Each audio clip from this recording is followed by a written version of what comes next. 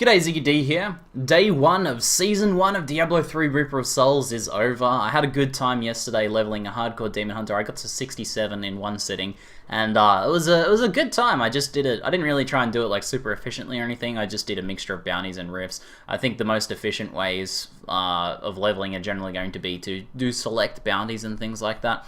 But I just wanted to have a bit of fun with it, and it was a good time. It was a pretty good time. I'd already kind of done a lot of this stuff in the past. By just dumping all my stuff on the ground and, dumping all my gear on the ground and leveling a new character to practice in the past. And it was pretty much the same sort of experience of that. I think my only complaint about the seasons is that they feel kind of disconnected. Feels like you're not really playing a season a lot of the time unless you're playing and talking to other people a lot in that time. I think there needs to be a little bit more on-screen action happening. Like I have to pull something from Path of Exile here. When a top-level hardcore player dies in a Path of Exile season, there'll be a notification on the left side of the screen saying so-and-so level 80 at position 4 on the ladder has died, and everyone's like, whoa, wow. It's like, top high-level death and moving up in the ranks, and you feel a little bit more connected there. And it felt like a little bit of a lack of that going on. But I still had a pretty good time overall. It was a nice chance to re-experience some of the new Reaper of Souls content. And I'll probably be playing casually for the seasons a little bit more. I think if they had have released it like a month earlier or a month later, I would have went really hard on the seasons, but the timing alongside of Forsaken Masters as well, and with the seasons themselves not adding a whole heap of new content, I'm sort of just going to be a bit more of a casual for fun thing for me. But in this video, I want to talk a little bit more about what happened on day 1 of the seasons. What's the day 1 report? And that is pretty much that both on the EU and North American servers, that the first 1 to 70s were done in under 2 hours. Sometimes, in some cases, very close to 1 hour. People leveled from 1 to 70, and the first T6 Malthael kills happened in about 5 hours. So the bulk of the core game content was completed within a few hours of the season, and these are 2 to 3 month seasons. I think I can't remember exactly which one they said they were going to do, but that's maybe a bit of a sign of some sort of issue with the longevity there.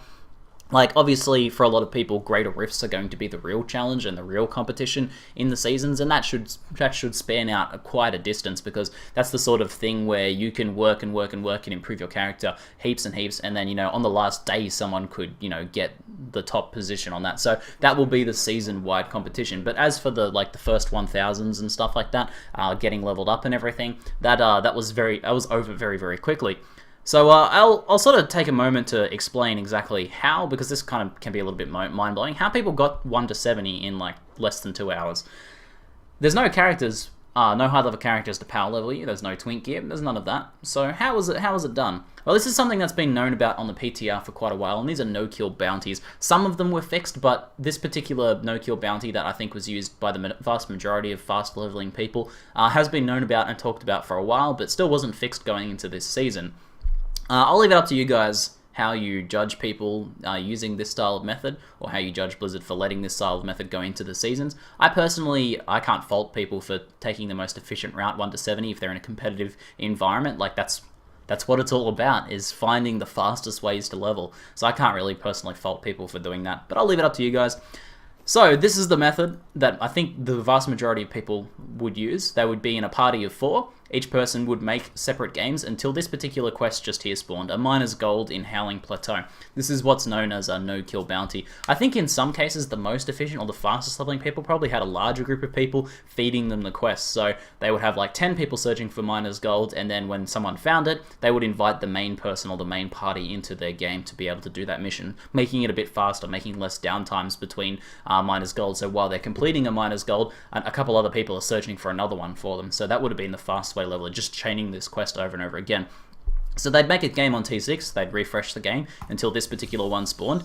And the keys for this are that it doesn't require killing anything. You can go 1 to 70 without killing a thing. I think some people might have done the first 10 levels just in killing stuff, doing a couple other bounties or something like that to unlock certain abilities to make this quest a bit easier to do. But for the most part, you can pretty much go 1 to 70 doing this without killing anything.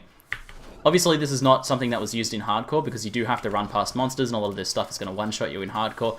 There are some of these like leaping Lacooning dudes, which will leap on these guys just here, which will leap onto you and kill you very quickly. They can one-shot you, so not something people were using in hardcore. And most of the people who were topping the ladder in hardcore were just doing like cursed bounties and doing things like clear the Hell Rift and stuff like that. The more efficient bounties and just chaining those. But generally, the strategy was bounties.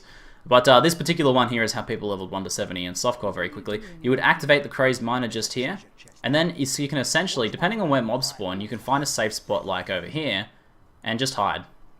So you can basically just stand over here while the mission completes itself. So you can have a piece of pizza. I've got some pizza in the oven even, so maybe I can crack out some pizza. You know, crack one of your energy drinks because you're going to be doing this for a few hours. And then eventually this will just complete itself. So to save you guys, you know, waiting a minute, it doesn't take very long, but to save you guys waiting a minute, I'll just fast forward a bit. And there we go. Oh, so much XP. Oh, baby. So very easy way to level. As you can see, I didn't even have to move my character. Didn't have to kill a single thing. Just talk to the guy and let the quest complete itself. There used to be a few more quests that did this, but this one has been known about for a while and is still in the game. So I think if nothing else, it's definitely a sign that you know, as first season woes, you'd expect a lot of this like really broken stuff to be, you know, to be abused or to be used to its full potential for leveling in these new seasons, and that was to be fully expected. I don't think anyone didn't really expect things like this to happen. Super like buggy ways of leveling in Diablo have been a thing since launch, but I think this is hopefully a good sign. Honestly, I think it's hopefully a good sign if Blizzard takes what they learned from this season and then implements changes in the next season to make things a bit more competitive, to make things a bit more driving for the vast population, without, you know, sort of relying on mechanics like this. Then it will be a very good thing. If it's something that forces, you know, Blizzard to improve Diablo 3, then that's a very good thing.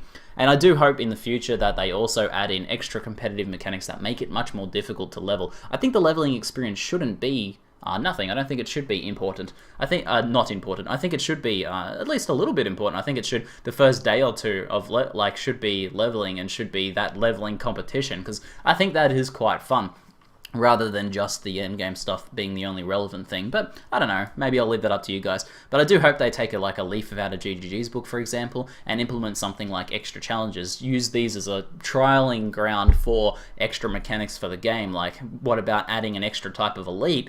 Like, you know, maybe a green elite that spawns in packs of 3s and they have abilities that synergize with each other, you know, like a set unique monsters that spawn randomly in each zone and you have to fight those things, or other various mechanics they could trial for the game to improve the game, test them in these situations, and then roll them out to the core game afterwards. I love that idea, and I think this would be a perfect thing to test that, and not just testing additional legendaries. But anyway, again, I had a bit of fun with the first day of the seasons. I'll probably continue playing my my hardcore Demon Hunter just pretty casually, and maybe try and find some of those new legendaries, because the Demon Hunter legendary bow looks awesome.